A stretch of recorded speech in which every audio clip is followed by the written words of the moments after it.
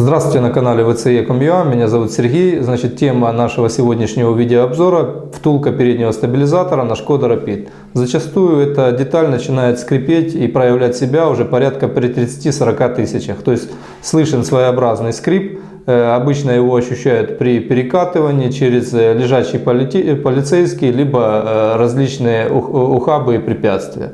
Значит, что делать? Самый дешевый эконом-вариант – это поднять машину на домкрат, снять колесо, чтобы был доступ к втулке, и побрызгать элементарно силиконом. Но такой способ спасает ненадолго, и вы должны понимать, раз втулка начала скрипеть, то есть у нее появился уже износ, она нормально не зажата. Чем больше вы на такой втулке ездите, тем больше она изнашивается, соответственно прут начинает во втулке гулять.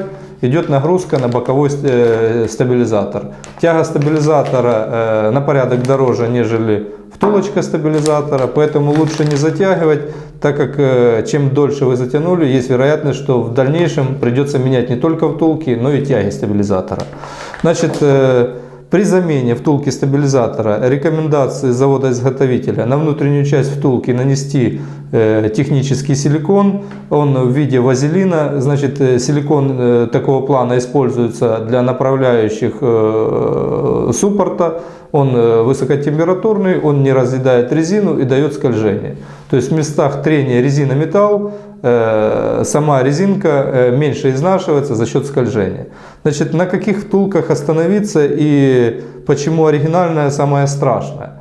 На самом деле вас не должно пугать то, что она сверху посыпана талькой. Это консервант, который защищает втулку в процессе хранения от пересыхания. То есть вот эта самая страшная втулка, это как раз оригинал. И оригинал страхуется от плохого хранения, от несоблюдения условий хранения. Соответственно, они максимально обрабатывают втулку защитным слоем, который предотвращает втулку от пересыхания.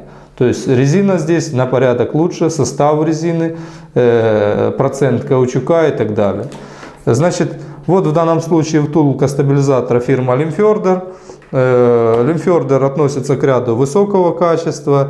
Вот втулка Meyle. Значит, на втулке Meyle с нижней части нанесен каталожный номер, также производитель Meyle и, по-моему, Meyle Германия. То есть не Made in Germania, а Германия.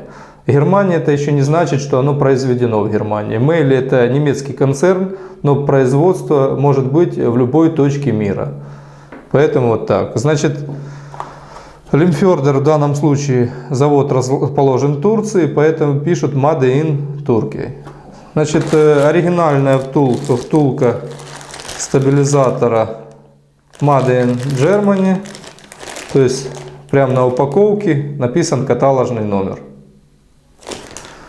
И на самой втулке также нанесен каталожный номер по компании VAG. Значит, я сейчас попытаюсь очистить. Значит, вот у нас логотип Volkswagen, каталожный номер и страна-производитель Германия. Значит, втулочка на порядок мягче, нежели все остальные.